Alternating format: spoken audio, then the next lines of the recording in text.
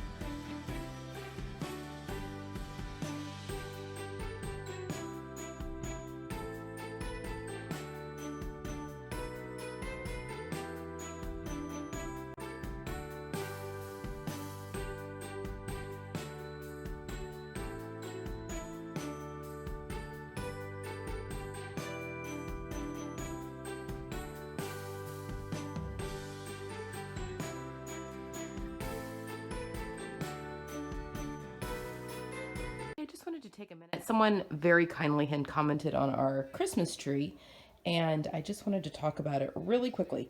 So when I was in high school, I became enamored with glass ornaments. I just thought they were so beautiful, and started collecting them.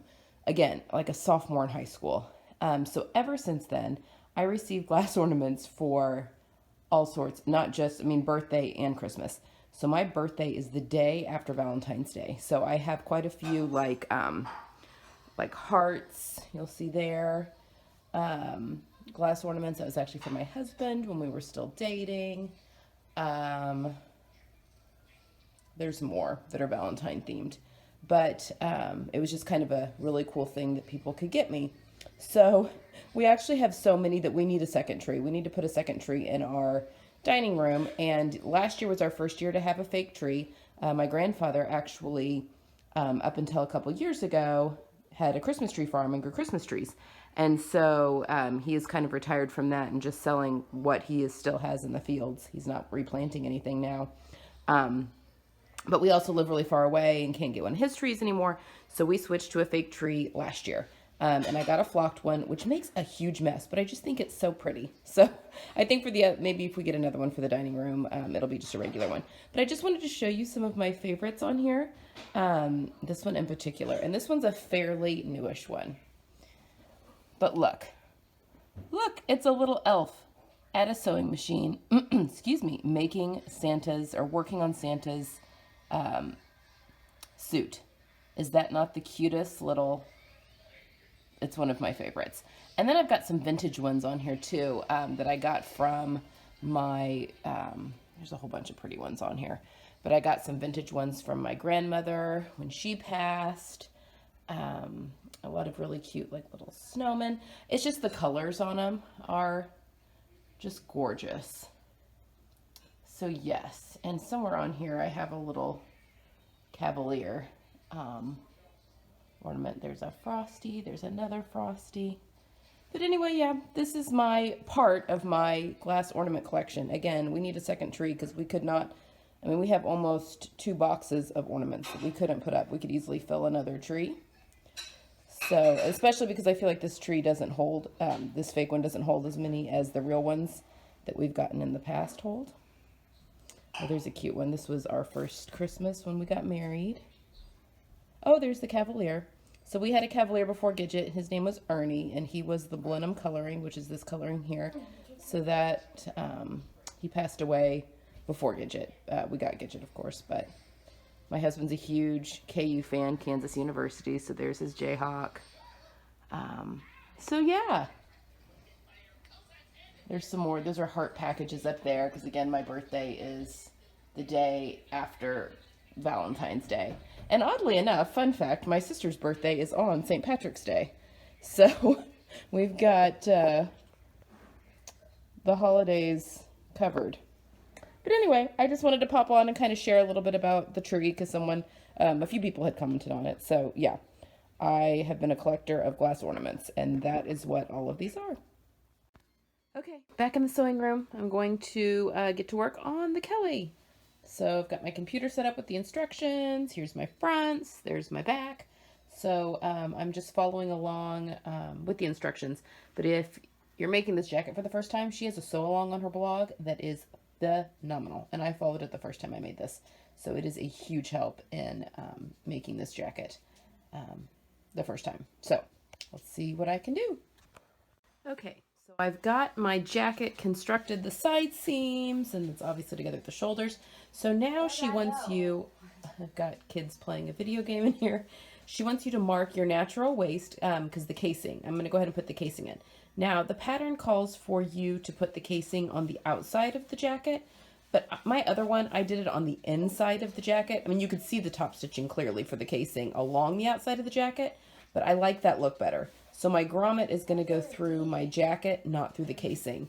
But I just want to mark real quickly my natural waist on this jacket, which is like right there. So I'm going to mark that and then install my grommets and then put my casing on the inside. So there's a little deviation that I'm going to make to the pattern. So I marked my waist and I interfaced on the back where I wanted my casing to be, or the grommets, and got those installed. One of them installed better than the other, but that's okay. They look fine from the outside, and this will all be covered up with lining on the inside. Where's my other one? So there, my grommets are installed on the outside of the coat. So now I've taken my casing, sewn the front pieces to the back pieces, and then I have pressed 1/4 of an inch under on both sides. Now she recommends basting this to the coat because you top stitch in a later step, but I'm lazy and I want this to go, I want this to stick and stay. So I'm going to use this Wonder Tape that is like double-sided stick tape. So it's got paper on one side, it's clearly been in my drawer, and it's sticky on the other. So I'm going to run it along, and it's 1/4 inch wide. I'm going to run it along the edge of these, both sides, glue it down. Then I'll pull the paper up little by little while I'm placing this on the inside of the jacket, and then pressing it, and then that will keep it in place until I top stitch later. Okay, so there we go. So both the wrong sides, I have placed this Wonder Tape, pressed it down really good with my fingers. This, the Wonder Tape, and I think it's just Dritz Wonder Tape. You can get it at Joann's. I don't have the packaging anymore, but I'm pretty sure that's what it is. So you just finger press this kind in. You can also do Steam-A-Seam that just requires an iron. It's basically the same thing, but it requires an iron. This one is a little bit easier to, once you've pressed down, you can lift it back up if you need to reposition. But it keeps things in place really well until I'm ready to sew. So now I'm going to slowly pull off this paper backing and stick it to the inside of my coat so that, again, I can top stitch when she tells me to in the instructions. Okay, so I've in essence glued these down. My grommets on the other side of this, and I went ahead and threaded my waist tie through my grommets, and so it is actually inside this casing. I just thought that might be easier. I could regret this when I go to top stitch things down later, but I thought that this just might be easier than like trying to thread it through with a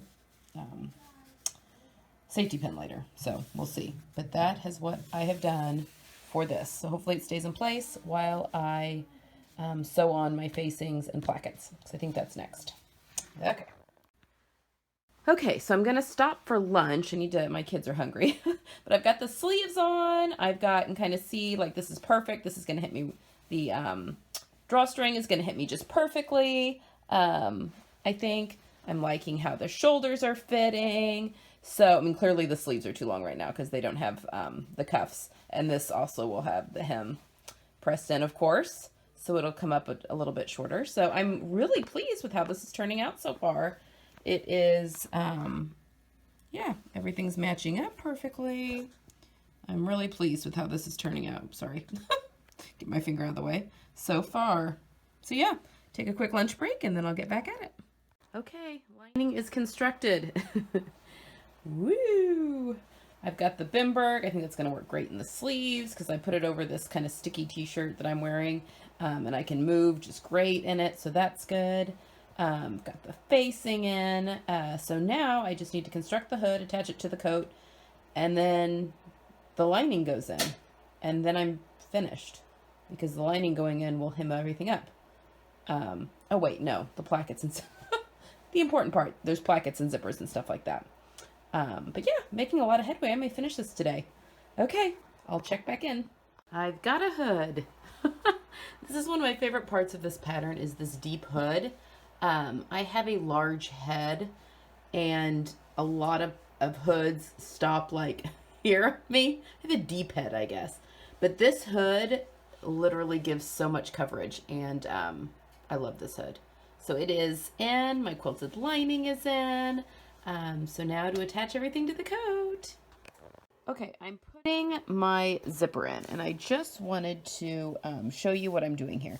So her instructions say that the zipper teeth should start 1/8 of an inch below the 5/8 seam allowance. Clearly I have this going all the way to the top. So what that means, I've cut the top off my zipper. You want to leave, because this is a separating zipper, don't mess around with the zipper stop, because that you don't want to cut that off, because that's how you get, obviously, the zipper working.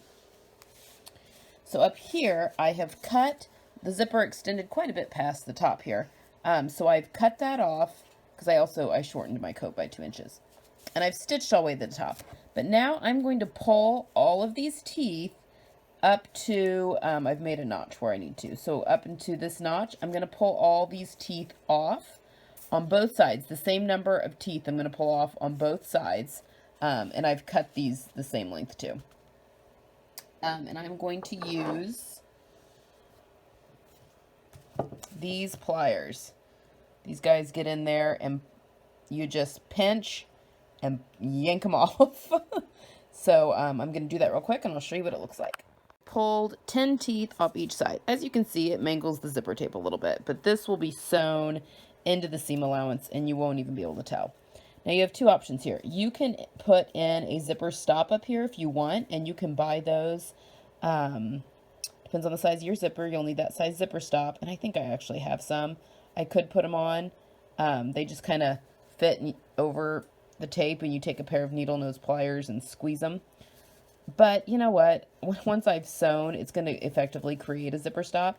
The one thing you want to be careful of is when you are sewing the rest of the coat, do not zip this up, because this zipper stop or this zipper pull will come right off the top, and it is near impossible to get it back on because this zipper tape has been mangled so badly. So I have, you know, how do I know? I've done it before, so don't do that. Okay, I'm going to continue with the instructions on this placket, and I will see you in a second. Okay, I just have noticed a little bit of a possible boo-boo. So, remember when I said that she wanted you to put the casing on the outside of the coat, and I don't like the way that looks. I think what I should have done then is lined the coat and then put the casing on inside and sewn everything together maybe. That would have made putting in the grommets, though, a lot harder, the rivets. So I'm just going to go ahead now at this step and top stitch this down because I have my zipper foot on right now after putting in the zipper. And so I'm going to go ahead and just top stitch either side of this down so it won't, there will be no casing on the lining. But I think once you cinch it up, you know, the regular coat, like obviously that's going to pull the lining into. So, yeah, I think it'll be fine. I don't think anyone will ever notice. So this will be completely invisible and hidden. So I'm going to go ahead and do that. So I just wanted to come on here and say that. So I am skipping steps basically, because you don't do this until like one of the last steps in the instructions. But I'm going to go ahead and do this now. So, okay. Okay, so I'm going to have to stop for today, and I'm not finished, which is a little disappointing. But I've got the lining in. It's not attached at the hem. I don't have my hood on yet. And of course, my sleeves aren't finished. I have my sleeves are pressed up, but the lining obviously is not attached. And I did press my hem. It's coming undone at the moment. But that will all get secured. Guys, this jacket is going to be so warm. I can already tell. Again, being careful not to raise that zipper to the top because I don't have my hood on yet. So that zipper pull would just fly right off. Yeah, and these aren't completely fastened down. But yeah, so I've got to finish. So you got to attach the hood, which I'm going to say right now, and I was looking at the instructions, is really kind of confusing. So I'm going to go on to her, she did a whole sew along, I'm pretty sure, about putting the lining into the coat. So I'm going to follow that. I'm going to quit following the instructions and just follow her sew along to get for how she's going to finish the hood. I mean, I know how I would do it, but I don't think that's how she's doing it. So, I'm going to follow her sew along. So, it is coming right along. I'm very excited. I need to go get ready for my son's basketball game now, so I'm probably finished sewing for the day. But, this looks crooked. I promise it's not. My holes look crooked. But hopefully I can finish this tomorrow, because I think we're supposed to have some more cold weather. And this coat is uber warm. I'm very excited. Okay.